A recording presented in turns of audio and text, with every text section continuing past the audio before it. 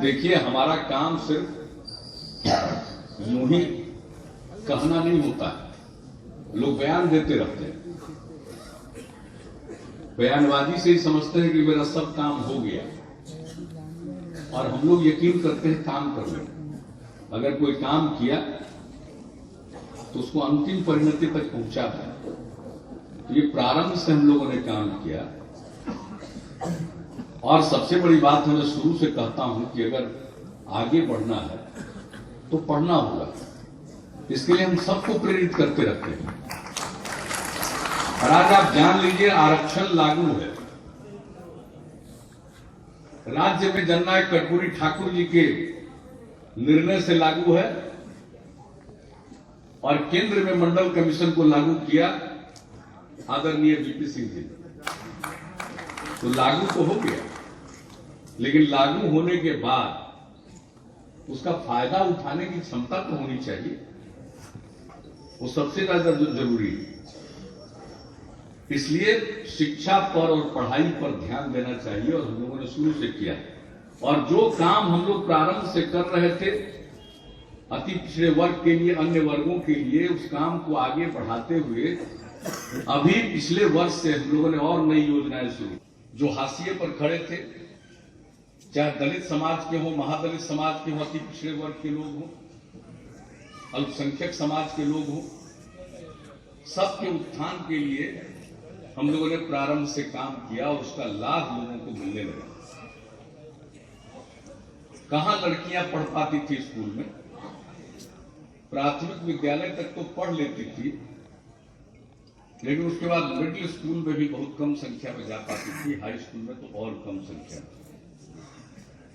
लेकिन जब हम लोगों ने पोशाक योजना की शुरुआत की, उसका परिणाम हुआ कि मिडिल स्कूल में लड़कियों की संख्या बढ़ने लगी, और अब तो लड़कों के बराबर है या उससे भी कहीं कहीं ज्यादा मिल जाती है। फिर हम लोगों ने तय किया कि भाई सिर्फ 8वीं कक्षा तक क्यों, आगे क्यों नहीं। तो हम लोगों ने शुरू की साइकिल योजना लड़कियों के लिए। 1,70,000 भी लड़की नहीं पढ़ पाती थी 9वीं क्लास में, और आज उसकी संख्या बढ़कर 9 लाख से ज्यादा हो गई। महिलाओं का विकास, पंचायती राज संस्थाओं में और नगर निकायों में महिलाओं को 50% का आरक्षण देने वाला राज्य बिहार है। पहला राज्य जहां 50% का आरक्षण दिया। और 3 चुनाव हो गया, पंचायती राज संस्थाओं का भी और नगर निकायों का भी। दूसरे राज्यों में इसका प्रभाव पड़ा है। बहुत सारे राज्यों में 50% की ओर लोग जा रहे हैं, और इस तरह से बिहार में तो कोई आरक्षण था नहीं। आजकल कौन लोग कितनी बात करते रहते हैं, और सब पुरानी बात को भूल जाते हैं लोग। ये जानना बड़ा जरूरी है। क्या आरक्षण था 2005 के पहले पंचायती राज संस्थाओं में? हमने तो महिलाओं की बात कही है।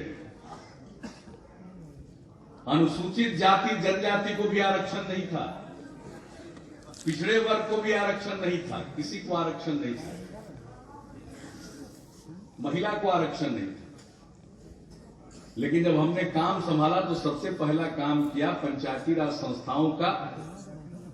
24 नवंबर को हमने काम संभाला, और उसके 2-2.5 महीने के बाद चुनाव की प्रक्रिया शुरू होनी थी पंचायती राज संस्थाओं की। फरवरी महीने से ऑर्डिनेंस लाकर अनुसूचित जाति जनजाति और अति पिछड़े वर्ग के लोगों को आरक्षण दिया। महिलाओं को 50।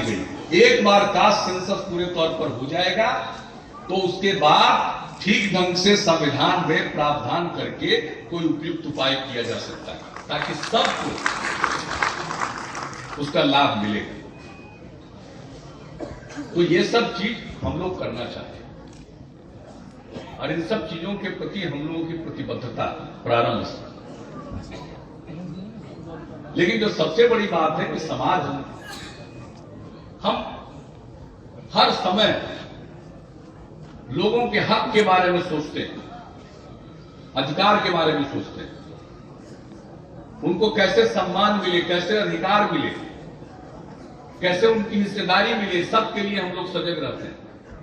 लेकिन जरूरत एक और बात की बहुत ज्यादा, वह है आपस में प्रेम और भाईचारे का भाव। आजकल आप देख रहे हैं कि एक तनाव का माहौल पैदा करने की कोशिश होती है, और खास करके आप जानते हैं कि नई तकनीक आई है, नई टेक्नोलॉजी आई है। आज मोबाइल सब लोगों के पास है। 12 करोड़ की आबादी अभी हुई है, नहीं हुई है, पक्का नहीं है बिहार की, लेकिन 8.5 करोड़ मोबाइल हो गए। आजकल जिसको देखिए मोबाइल पर ऐसे ऐसे करते रहते हैं, किसी को देखिए फट फट कुछ इधर डालेगा, इधर डालेगा, ऐसे करेगा, ऐसे करेगा, ही करते रहते हैं। आई तब जान लीजिए, इसका तो जो होना है, घर में भी माता पिता बाल बच्चा बैठे हुए सब मोबाइल पर काम करता रहेगा, न बेटा बाप को देखेगा, न बाप बेटा को देखेगा।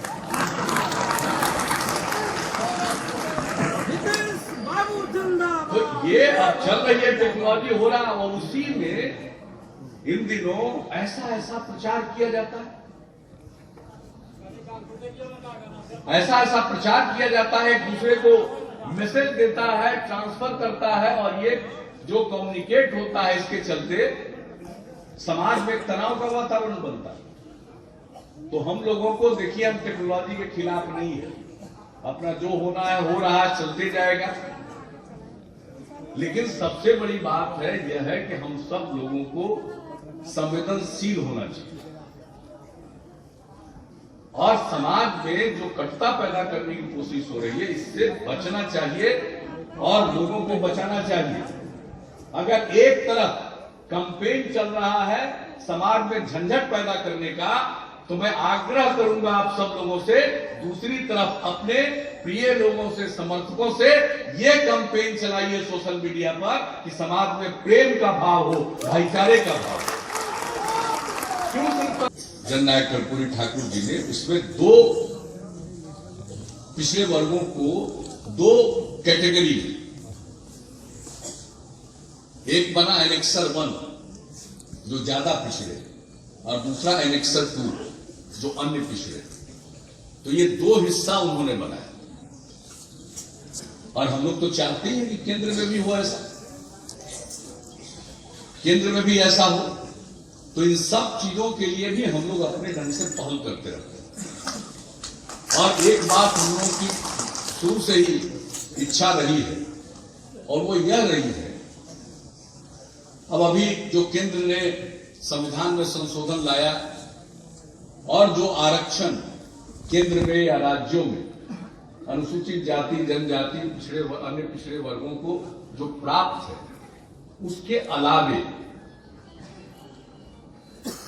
जो अनारक्षित वर्ग के लोग हैं, यानी सवर्ण समाज के लोग जो गरीब हैं, उसके आधार पर उनको आरक्षण प्रदान करने का एक नया संविधान में प्रावधान किया, संशोधन किया, और उस प्रावधान को लागू करने का आदेश भी केंद्र सरकार ने जारी कर दिया। तो ये अच्छी बात है, इसमें कोई जो हमारे पिछड़े वर्गों को, अनुसूचित जाति जनजाति को आज आरक्षण मिल रहा, उसमें किसी भी प्रकार का हस्तक्षेप नहीं है। कोई अगर इसके बारे में भ्रम पैदा करने की कोशिश करे तो मन में यह बात नहीं आने देना चाहिए कि जो आरक्षण मिल रहा सामाजिक और शैक्षणिक दृष्टिकोण से पिछड़े वर्गों के आरक्षण का प्रावधान जो पहले से संविधान में है, उसके आधार पर जो मिल रहा है आरक्षण केंद्र सेवा में या राज्य की सेवाओं में, उसके साथ कोई ये हस्तक्षेप नहीं है, उसके साथ छेड़छाड़ नहीं है। 50% की सीमा जो इनके लिए लागू की गई है, उसके अंदर घुसकर लेने की बात नहीं है। ये 50% की सीमा अनुसूचित जाति, अनुसूचित जनजाति, पिछड़ा वर्ग, अन्य पिछड़ा वर्ग, अति पिछड़ा वर्ग, इन सब लोगों के लिए तो उनको मिल रहा। उसके अलावे 10% का आरक्षण जो आरक्षित तबके के गरीब लोग हैं, उनके लिए केंद्र ने प्रावधान किया संविधान संशोधन करके, वो राज्य में भी लागू होगा, लेकिन वो अलग चीज है, उसका कोई हस्तक्षेप नहीं है। लेकिन एक मांग हम देखते, और जो मांग जायज है, और वह मांग क्या है? अब आबादी जिस प्रकार से बढ़ रही है, उसमें अनुसूचित जाति, अनुसूचित जनजाति, उनकी संख्या बढ़ रही, पिछड़े वर्गों की भी संख्या बढ़ी है, लेकिन ये लिमिट है 50%। अब ऐसी परिस्थिति में इसका समाधान निकालने का सबसे पहला और जरूरी उपाय है, जब से देश आजाद हुआ तब से जात पर आधारित जनगणना नहीं हुई। 1931 में जब देश आजाद नहीं था तो अंतिम जनगणना हुई है जाति आधारित। आज भी कुछ पता करना पड़ता है तो 1931 का जो फिगर है, जो आंकड़ा है, उसी को देखकर थोड़ा बहुत समझने की कोशिश हम लोग करते हैं। लेकिन अगर पूरे बिहार में, पूरे देश में जाति आधारित जनगणना हो जाए तो बहुत सारे तथ्य सामने आ जाए। आज क्या होता है, आज जब जनगणना होती है तो अनुसूचित जाति, अनुसूचित जनजाति कितने हैं, विभिन्न धर्मों के कितने लोग हैं, अल्पसंख्यक समाज के कितने लोग हैं, इसकी गिनती हो जाती है। अनुसूचित जाति और अनुसूचित जनजाति के अंदर विभिन्न जातियों की भी गिनती हो जाती है, लेकिन अन्य वर्गों के लिए कोई गिनती नहीं रहती। कौन अनारक्षित श्रेणी में आता है, कौन पिछड़े वर्ग का है, इसके बारे में कोई आंकड़ा उपलब्ध नहीं होता। तो ये जरूरी है कि एक बार, अगली बार जाति आधारित जनगणना हो जाए ताकि सबके पास फिगर होगा। पिछली बार 2011 में केंद्र में जो यूपीए की सरकार थी, बड़ा दबाव पैदा किया गया, तो थोड़ा बहुत मान लिए, एक उन लोगों ने कहा कि इसको अलग ढंग से, जनगणना से अलग ढंग से एक सर्वे करवाओ। वो जनगणना का हिस्सा नहीं, लेकिन जो आंकड़े आए वो आज तक प्रकाशित नहीं हो पाए। उसका कारण क्या, हम लोगों ने पता करने की कोशिश की तो कहा जनगणना होती और जाति आधारित जनगणना होती तो एक एक आंकड़ा आप रखते कि कौन जात है, उसकी संख्या पूछते। अब वैसे चला गया, ठीक ढंग से सर्वे किया नहीं, जिससे पूछ रहा कोई जात बता दिया, एक ही जात का 10 नाम है, अब वो अंत में इकट्ठा हो गया है तो उसको गिनती करना मुश्किल हो रहा है, इसलिए आज तक प्रकाशित नहीं हुआ। इसलिए उस तरह के सर्वेक्षण की क्या जरूरत है, सोशियो इकोनॉमिक कास्ट सर्वे की क्या जरूरत है। आप जाति आधारित जनगणना करा दीजिए, एक एक आदमी का जात का पता चल जाएगा, धर्म के बारे में तो अभी ही मालूम हो जाता है और एससी एसटी के बारे में तो पूरा पता चल जाता है। लेकिन जब सबके बारे में पूरी जानकारी हो जाएगी तब सारे तथ्य सामने आ जाएंगे।